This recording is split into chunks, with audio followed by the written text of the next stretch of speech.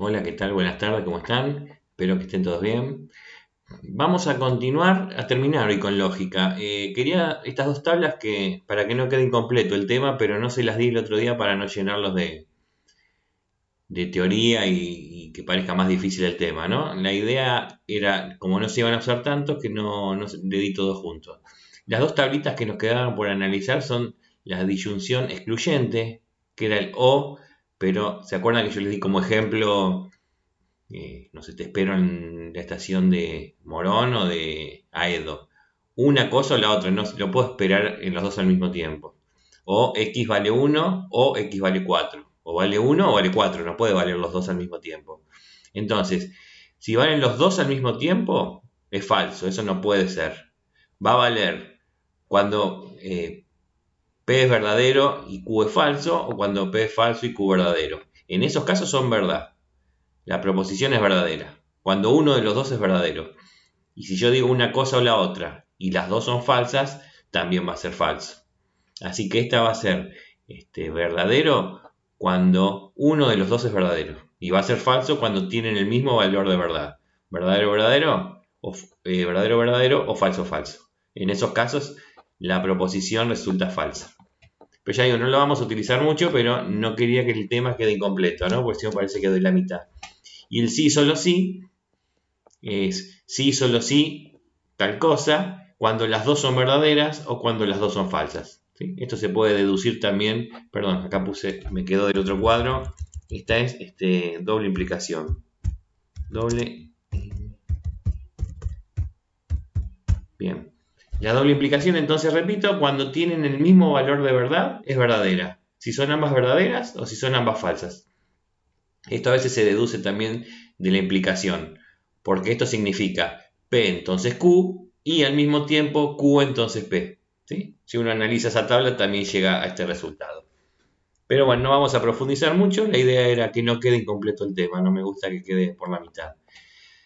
Estuve mirando algunos de los ejercicios que presentaron, ahora les voy a dar un ejemplo, cómo utilizar toda esta lógica en algunos ejercicios, cómo aparecen.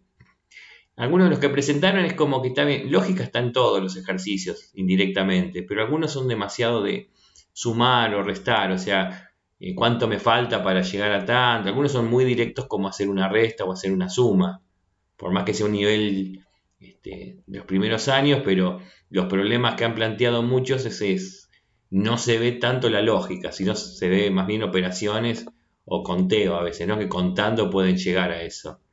Pero bueno, indirectamente hay preguntas que la lógica la está usando. Pero bueno, yo les voy a dar un ejemplo y después les voy a dar algunos ejercicios. Así cerramos con un problemita de lógica.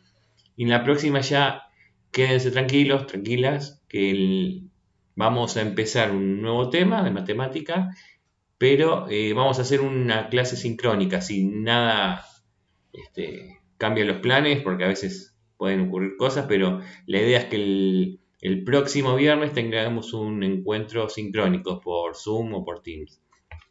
Así que para que se vayan organizando por los tiempos, ¿no? Bien, a ver, vamos. Estos son unos ejemplos, hay muchos, pero bueno, bloques lógicos se llaman, se usan mucho. ¿En qué consisten? Acá tenemos, ¿no? Acá está todo desarrollado. Yo se lo cuento, pero como yo este archivo se los mando, después lo leen tranquilos ustedes. Eh, bueno, tiene un autor y todo. Y que consta de triángulos, formas geométricas, o sea, distintas formas, pero también tienen distintos colores y distintos tamaños. ¿Sí?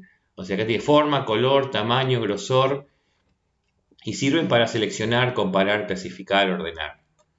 Son, por ejemplo, puede variar esto, pero la forma acá es cuadrados, rectángulos, triángulos y círculos. Cada uno de estos, por ejemplo, el cuadrado va a haber rojos, amarillos y azules. A su vez de esos va a haber grandes y pequeños. Y a su vez gruesos y delgados. ¿No? Con el rectángulo lo mismo, o sea que puede haber un rectángulo amarillo, grande y delgado. O un rectángulo azul, pequeño y grueso. O sea, están todas las combinaciones. En total son 48 piezas. Y la forma, acá hay algunas, yo puse algunas nada más. Por ejemplo, cuando uno le da complejidad va variando de los años, pero en los primeros años es poner en una caja lo siguiente, ¿no? Acá le puse, la dificultad depende del año. Figuras redondas. Esto como no tiene, es como decir, en lógica sería P, que sean figuras redondas. No hay mucho para... En cambio son cuadrados amarillos. Acá ya estamos trabajando con una conjunción, porque tiene que ser un cuadrado y tiene que ser amarillo, ¿sí? Para que sea una conjunción, se acuerdan que la única forma es que los dos sean verdaderos, ¿sí? Si es cuadrado y no es amarillo, no sirve. Y si no es un cuadrado y es amarillo, tampoco sirve. O sea, para que lo que buscó sea correcto, tiene que cumplir, ser verdadera las dos proposiciones, que sea un cuadrado y que sea amarillo. O un triángulo rojo o cuadrados gruesos. Una cosa o la otra. Igual si uno hila fino, acá tenemos una conjunción, porque tiene que ser triángulo y tiene que ser rojo, o tiene que ser un cuadrado y grueso, ¿sí? Pero acá la operación que manda es la disyunción. Círculo rojo y grande, bueno, y conjunciones. Que no sea rectángulo rojo, o sea, de todo tienen que tener que no sean rectángulos rojos, ¿sí? Acá estoy negando algo. Por negación tengo que deducir lo que resta para poder traerlo. Que no sean cuadrados y que no sean azules.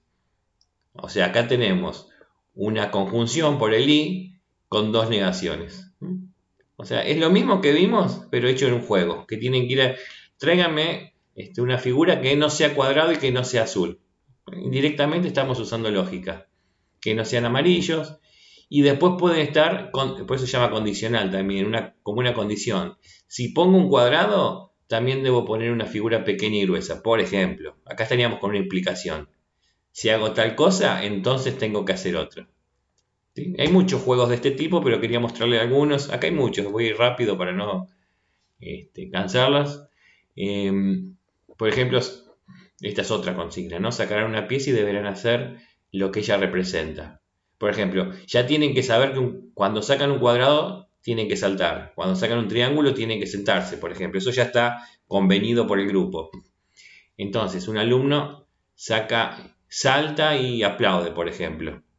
Entonces, ya tienen que deducir que es un cuadrado rojo, ¿no? Porque sabían que cuando sacan una figura roja tienen que aplaudir y cuando sacan un cuadrado tienen que saltar. O sea, combinar. Esto es lógica, no es tanto de los conectivos lógicos, pero así como los que están mirando tienen que deducir lo que está pasando, están utilizando directamente la lógica. Después estos son, hay varios acá que les puse juego de las diferencias. Por ejemplo, en algunos se reparten, para no leerle porque se le va a hacer pesado el video, por ejemplo, ellos ya saben todas las piezas que hay. Se reparten mitad para cada uno, por ejemplo, creo que sí, 24 para cada equipo. Se dividen en dos equipos. Cada uno sabe lo que tiene, ¿no? Y le tiene que pedir al otro las piezas, pero de forma exacta, no se puede equivocar. Por ejemplo, porque si yo tengo, no sé, todos los triángulos, por ejemplo, amarillo, y no tengo ningún grueso, tengo que deducir qué piezas tiene el otro en base a las que me faltan a mí. No sé si se entiende. Por ejemplo, mirando acá, así, supongamos que yo tengo todos los triángulos rojos y amarillo, no tengo ningún azul. Entonces al otro equipo le voy a pedir, dame un triángulo azul, pequeño y delgado. Como sé que lo tiene, me lo tiene que dar. Si le erro en alguno de la petición, digamos, en alguno de los adjetivos, de los requisitos, ya eso no me lo tienen que dar, ¿no? Bueno, son todos juegos que salen por deducción, por negación, otros agregando juego de la diferencia. Uno pone un triángulo y el otro tiene que poner, supongamos que es triángulo amarillo, grueso y pequeño. Tiene que cambiar de todas una sola. Por ejemplo, que sea un cuadrado, amarillo, grueso y pequeño. De todas las cualidades que tiene, solamente variar en una sola. Bueno, y así son todos juegos, pero todos estos son juegos de lógica. Y después, esto es otro también para volver a las preguntas.